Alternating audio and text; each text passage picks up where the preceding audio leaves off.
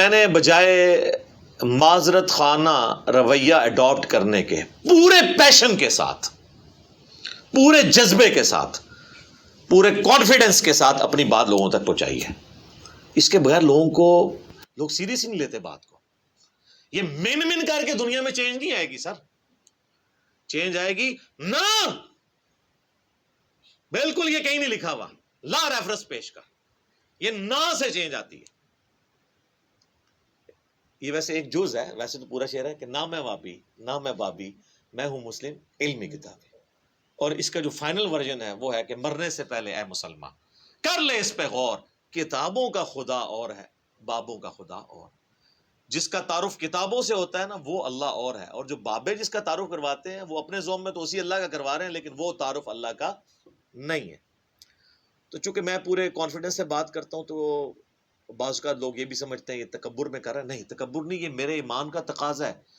میں ذرا سا بھی کانفیڈنس لوز کر جاؤں تو اس کا مطلب ہے میرا قرآن و سنت پہ ایمان ہی نہیں ہے. یعنی جس طرح آپ کا یہ ایمان ہے نا کہ 2+2 4 ہوتے ہیں، زمین و آسمان کے سارے بزرگ فرشتے، یہ بالفرض میں کہہ رہا ہوں، جنات، قبر سے نکل کر مردے بھی آپ کو یہ منوانے کی کوشش کریں کہ 2+2 5 ہوتے ہیں، آپ مان لیں گے؟ اس سے اگلی بات، کوئی چاند کے 2 ٹکڑے کر دے، سورج کے 4 ٹکڑے کر دے، آسمان کو زمین پہ لے آئے، زمین کو آسمان پہ لے جائے، یہ بالفرض، اور کہے کہ یہ دلیل ہے کہ 2+2 5 ہوتے ہیں، آپ مانیں گے؟ تو آپ کی شعبدہ بازیاں جو صرف خوابوں میں، کتابوں میں آپ کے بابوں نے لکھی، جو حقیقت میں ایگزسٹ نہیں کرتی، ان شعبدہ بازیوں کے اگینسٹ آپ تو 2+2 کو 5 ماننے کے لیے تیار نہیں، تو میں قرآن و سنت کو غلط ماننے کے لیے کیسے تیار ہو جاؤں؟ میں کہتا ہوں جن بابوں کے اوپر آپ کا ناز ہے نا، یہ قبر سے نکل کے ڈائریکٹ میرے ساتھ بات بھی کریں نا، اور کہیں کہ دین وہ نہیں جو قرآن و سنت میں لکھا ہوا ہے، اور وہ ہے جو ہم نے نسل در نسل شفٹ کیا ہے، تو 2 منٹ میں بزرگ غائب کر دوں گا آپ کا. میں پڑھوں گا لا حول ولا قوت الا باللہ، شیطان ہوگا چیخ مار کے ادھر سے چلا جائے گا، کوئی قبر سے باہر نکل نہیں سکتا.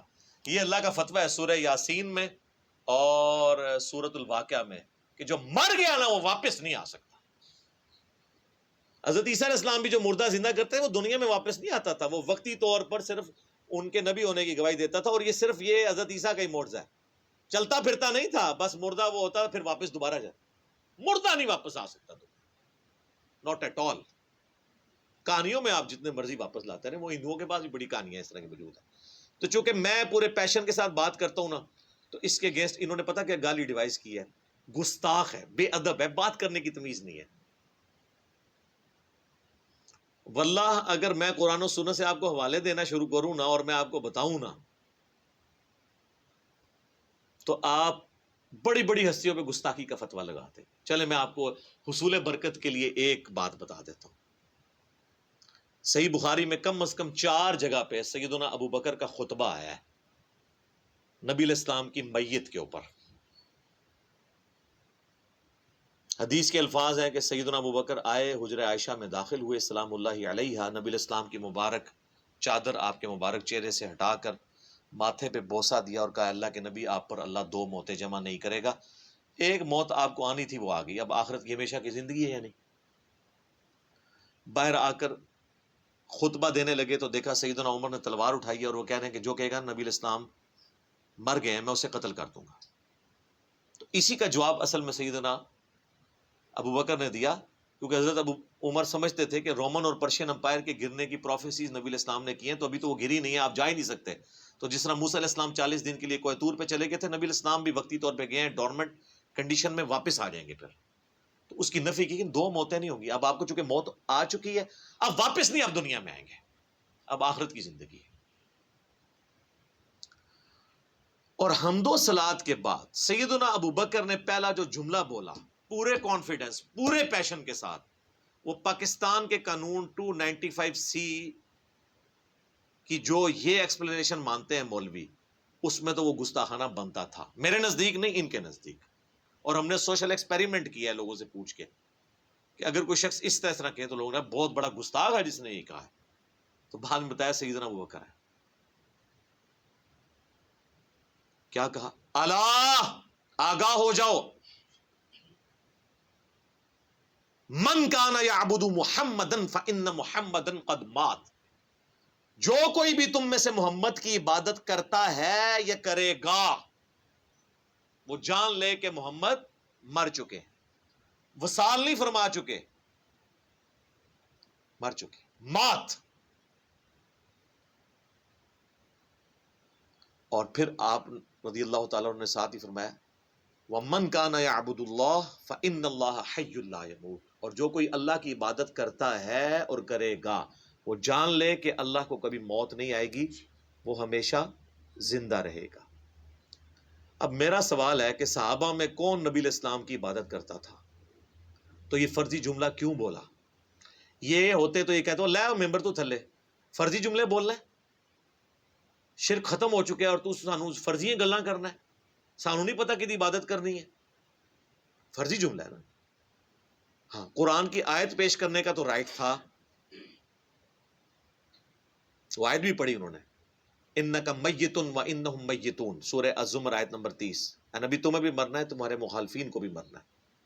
پھر سورہ ال عمران کی آیت نمبر 144 بھی تلاوت کی، وما محمد الا رسول قد خلت من قبلہ الرسل افئن مات او قتل، محمد تو نہیں مگر ایک رسول، اگر یہ مر جائیں یا قتل ہو جائیں اور پاکستان میں یہ وصال فرما جائیں یا شہید ہو جائیں تو کیا تم دین سے الٹے قدم پھر جاؤ گے؟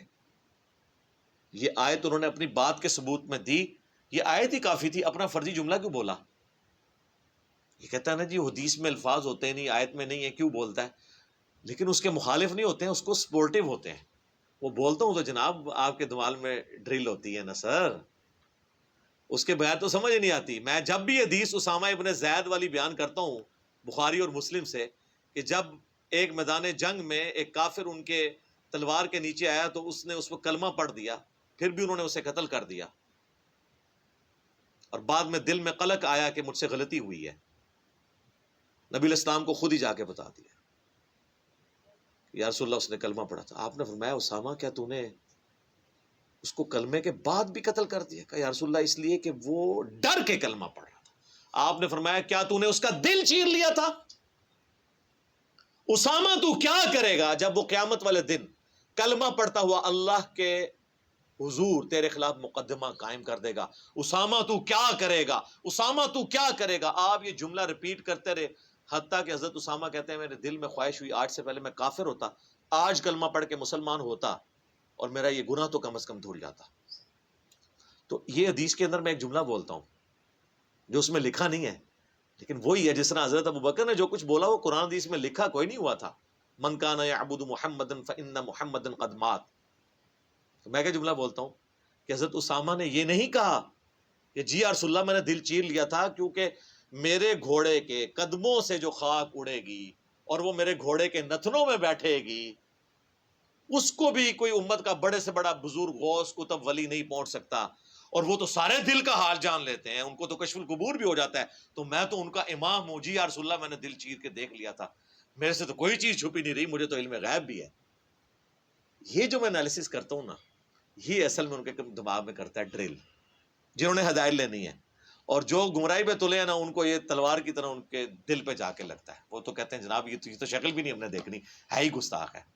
سر آپ نے حضرت ابوبکر کے ساتھ بھی یہی کچھ کرنا تھا، اگر آپ کو یہ بتایا نہ جائے کہ ان کا خطبہ ہے، کیونکہ آپ لوگوں نے تو کہانی کرائی ہے کہ نبی علیہ السلام کو زندہ دفنایا گیا۔ جی وہ آپ کو جب دفنا رہے تھے اس وقت بھی ہونٹ ہل رہے تھے اور امتی امتی کی آوازیں آ رہی تھی۔ جی یہ دیوبند مدرسے کے بانی قاسم نانوتوی نے اپنی کتاب آب حیات میں لکھا ہے، حیات النبی والی کتاب میں، وہ صحابہ جنہوں نے اپنی جانیں دی ہیں حضور کو بچانے کے لیے، انہوں نے زندہ آپ کو دفنا دیا۔ ظاہر ہے جی پھر ہونٹ تو پھر اگر ہل رہے تھے، آخرت کی زندگی میں تو ہونٹ نہیں ہلتے، آخرت کی زندگی میں تو سانس بھی نہیں ہوتا، آخرت کی زندگی میں ٹوائلٹ بھی نہیں ہوتا، یہ تو ساری دنیاوی زندگی کی چیز ہے۔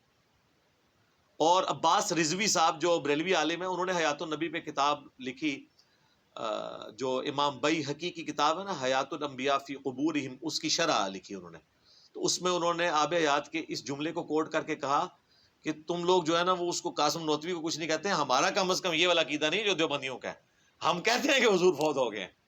تو انہوں نے حیات النبی پہ ان کو بھی ٹانٹ کیا ہے کہ ان کا جو حیات النبی ہے ہم سے بھی زیادہ غلو پہ مبنی ہے، یہ خالی میں نے نہیں گرفت کی ہے۔ تو علمی طریقے سے معاملات کو لے کے چلیں. اب یہ میں نے یہ ساری باتیں کوئی پوائنٹس میں لکھی نہیں ہوئی تھی، یہ تو میں پھر 2-3 گھنٹے بولتا رہوں گا، باتیں ختم نہیں ہوگی. لیکن جو میں سمجھتا ہوں نا ضروری، میں اس کو ساتھ ساتھ کلیئر کروں تاکہ آپ کو یہ بات سمجھ آ جائے کہ یہ گستاخی اور جو بے ادبی کا فتویٰ لگاتے ہیں نا، یہ خام خواہ ہے. حالانکہ آپ لوگ گواہ ہیں، میں ہمیشہ اعلیٰ حضرت امام احمد رضا بریلوی صاحب کہتا ہوں. حالانکہ مجھے کئی لوگوں نے کہا اعلیٰ حضرت کیوں کہہ رہے ہیں، پھر کیا فرق پڑتا ہے؟ اگر اعلیٰ حضرت لفظ سن کے کوئی بندہ توحید ماننے کے لیے تیار، تو میں جناب 10 دفعہ اعلیٰ حضرت کہنے کے لیے تیار ہوں.